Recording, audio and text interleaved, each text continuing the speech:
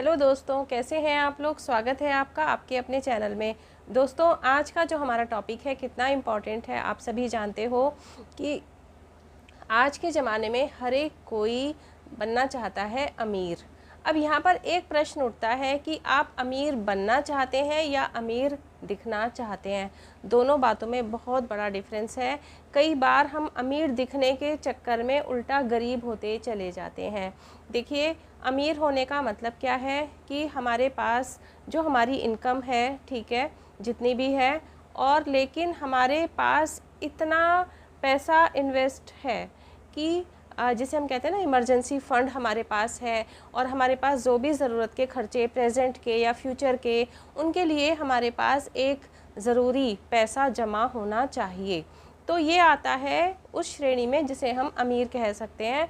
लेकिन अगर हमने बहुत सारा इस तरीके से पैसा अपना खर्च कर दिया दिखावे में आकर, खुद को अमीर दिखाने के चक्कर में, और पता चला कि हमने बहुत अच्छा अपना एक स्टेटस बना के रखे हुए हैं, महंगी गाड़ी, महंगा घर और ये सब चीज़ें, लेकिन हम कर्जे के बोझ के नीचे दबे हुए हैं, तो इस तरह से ये फिर अमीर होना नहीं है। तो दोस्तों, आज मैं आपके साथ कुछ ऐसी चीज़ें शेयर कर रही हूँ जो बिल्कुल ज़रूरी हैं। आप बिल्कुल मेरी बात से सहमत होंगे जब आप पूरा वीडियो देख लेंगे कि आज से ही आपको इन खर्चों पर बिल्कुल रोक लगा देनी है अगर आपको बनना है अमीर, और आप एक्चुअल अमीर बन जाएंगे। और अमीर बनना भला कौन नहीं चाहता, हर एक कोई चाहता है कि हम भी एक अच्छा अमाउंट हमारे पास हो जिससे हम अपने ज़रूरी खर्चे कर सकें।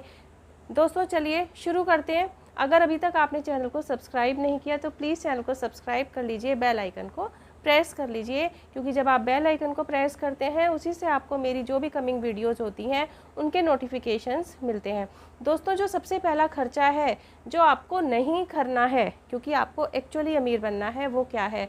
देखिए, हम लेडीज़ इन जनरल गोल्ड पर इन्वेस्ट करती हैं, गोल्ड ज्वेलरी पर, कि आगे दिमाग में ये रहता है कि भाई इसकी तो कीमत ही बढ़ती है, पर नहीं। गोल्ड खरीदना आपको उल्टा आपके पैसे को कम करता है। देखिए कैसे।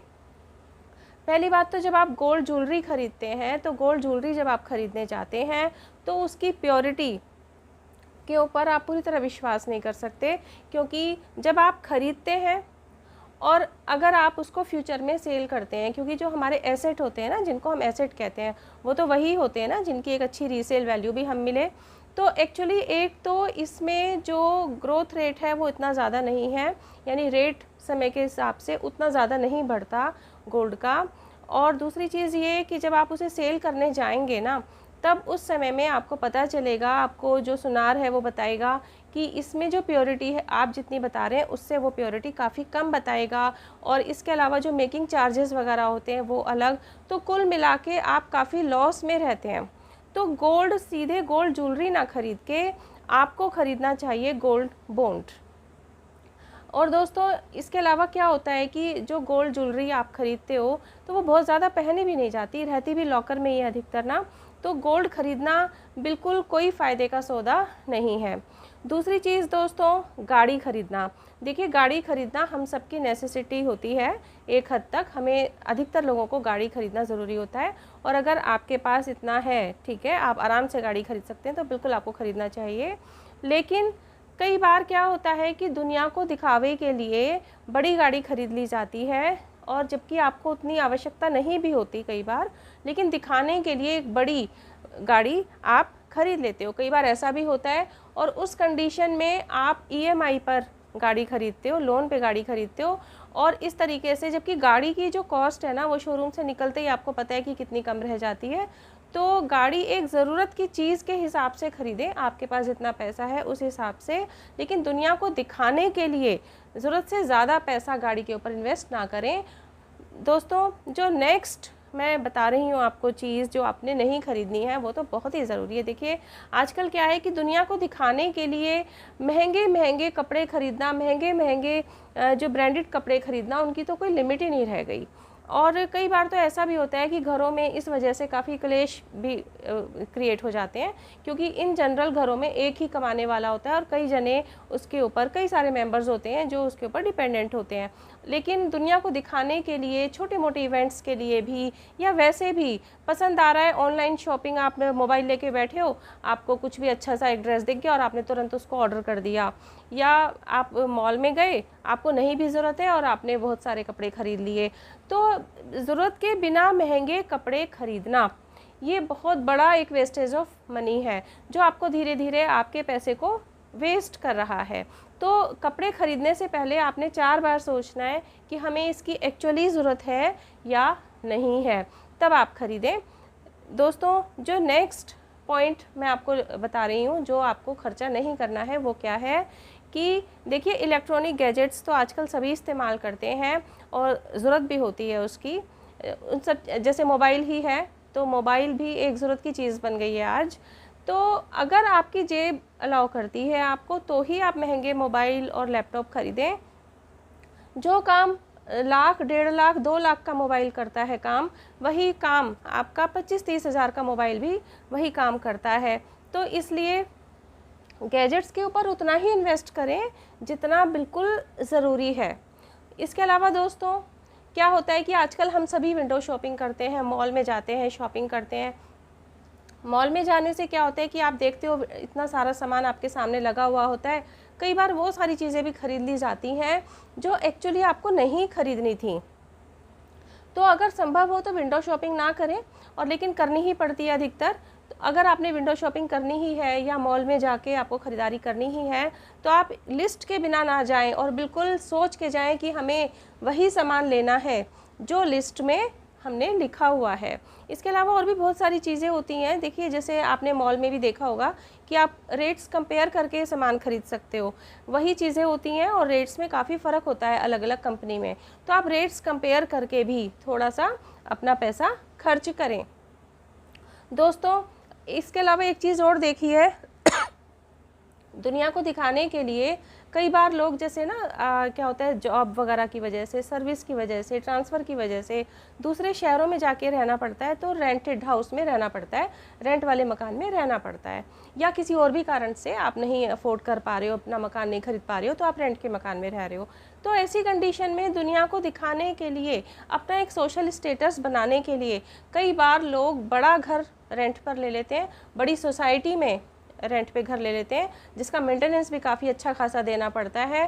तो देखिए क्या फ़ायदा, वो आपको गरीब बना रहा है इस तरीके से। तो आपने अगर किराए का मकान लेना है तो आप छोटा लें। छोटे से मेरा मतलब है कि अपनी ज़रूरत के हिसाब से लें, और जितना पैसा आप वहाँ किराए के मकान में बहुत ज़्यादा खर्च कर रहे हैं, है ना, अगर आप महंगा लेते, बड़ा घर लेते, तो उतना पैसा आप अपने पास जोड़िए, जमा करिए, और जब संभव हो तो अपना एक अलग घर खरीद लीजिए। जो आप घर खरीदेंगे तो वो आपका एक एसेट बनेगा। प्रॉपर्टी की कीमत दिन पे दिन बढ़ती ही जाती है, तो इसलिए महंगे किराए के घर में रहना बिल्कुल भी समझदारी की निशानी नहीं है। बिल्कुल अपनी ज़रूरत के मुताबिक ही आप किराए का घर लें, या आप ख़रीद भी रहे हैं ना घर, तो उतना ही घर खरीदें, उतना ही बड़ा खरीदें जितना आप अफोर्ड कर सकते हैं। क्योंकि अगर आप जैसे लोन भी ले रहे हैं, लोन तो इन जनरल लेना पड़ता है, तो जब आप लोन भी ले रहे हैं तो ये देखकर लोन लें, इतना लोन लें जिसकी EMI आप बहुत आसानी से चुकता कर सकें। दोस्तों, और जो एक नेक्स्ट खर्चा जो आपको बिल्कुल बंद कर देना है, क्या, देखिए, बाहर का खाना, ज़रूरत से ज़्यादा बाहर का खाना। मतलब क्या होता है कि बैठे बैठे ऑर्डर कर लिया, है ना, बहुत सारे ऐसे शॉपिंग के तरीके होते हैं कि आपने ना बाहर का खाना तुरंत ऑर्डर कर लिया, तुरंत किसी चीज़ का मन किया, या आप बहुत जल्दी जल्दी होटल्स जाते हैं और बाहर का खाना खाते हैं, दुनिया को दिखाने के लिए महंगे होटलों में जाएंगे और उसकी फ़ोटो लेंगे और उसे तुरंत अपना उस पर डाल देंगे, सोशल मीडिया पे डाल देंगे, दुनिया को दिखाने के लिए हमने इतने महंगे होटल में खाना खाया। ये भी आपको बहुत तेज़ी से गरीब बना रहा है। यानी आपके इम्पॉर्टेंट, जो आपका एक ये जो पैसा है, जो आपके लिए कितना इम्पॉर्टेंट है, उसको वेस्ट कर रहा है। तो आपको इस तरीके की चीज़ों को भी अवॉइड करना है, क्योंकि ज़रूरत से ज़्यादा बाहर का खाना, ज़रूरत से ज़्यादा महंगे होटल्स में खाना खाना, ये आपको कहीं ना कहीं बीमार भी बनाता है। तो ये आपका दो तरफ खर्चा कर रहा है, आपकी हेल्थ ख़राब हो रही है, डॉक्टर्स के चक्कर ज़्यादा लगेंगे और उसमें तो होटल में तो खर्चा आपका ज़्यादा हो ही रहा है। तो बिल्कुल मन करता है ठीक है बहुत कभी कभी जाएं, लेकिन इसकी जो फ्रीक्वेंसी है होटल्स में बार बार जाने की, ये फ्रीक्वेंसी आपको कम कर देनी चाहिए। इसके अलावा दोस्तों उधार लेना और देना, ये दोनों ही ऐसी चीज़ें हैं कि जो इंसान को कहीं ना कहीं गरीब बनाती है, उसके इम्पोर्टेंट पैसे को वेस्ट करती है। देखिए अगर आप उधार लेते हैं, इतनी आपको ज़रूरत नहीं है, आप एकदम बिना सोचे समझे उधार ले रहे हैं और महंगी महंगी चीज़ें खरीद रहे हैं, तो आपको ही देना है ना वो पैसा, तो ये भी सही नहीं है। या कोई बहुत ज़्यादा नीड नहीं है, कोई आपका बहुत करीबी नहीं है और किसी ने आपसे उधार मांगा और आप अपने आप को वो करने के लिए एकदम से उसको पैसा दे देते हो, तो सोच समझ के दें। किसी की हेल्प करनी है कोई, ठीक है आप दें, लेकिन सोच समझ के 4 बार सोचें उधार लेने से पहले और 4 बार सोचें उधार देने से पहले। तो दोस्तों ये सारी चीज़ें, मुझे पूरी उम्मीद है कि आप भी मेरी बात से सहमत होंगे कि अमीर बनना और अमीर दिखना, इन दोनों चीज़ों में ज़मीन आसमान का फ़र्क है। अमीर दिखने के लिए हम जिन खर्चों को करते हैं वो हमें एक्चुअली हमारे इम्पोर्टेंट पैसे को ख़राब करते हैं। तो आप भी आज से इन चीज़ों को अप्लाई कीजिए और आपके क्या विचार हैं इस विषय में कमेंट बॉक्स में ज़रूर बताइए। और कुछ भी अच्छा लगा हो वीडियो में तो एक लाइक ज़रूर करें, कमेंट ज़रूर करें, आपके कमेंट से मुझे बहुत मोटिवेशन मिलता है। कुछ भी अच्छा लगा हो वीडियो में तो अपने फ्रेंड्स और रिलेटिव्स के साथ में शेयर करें। मिलते हैं नेक्स्ट वीडियो में, टिल देन बाय बाय, अपना ध्यान रखिए।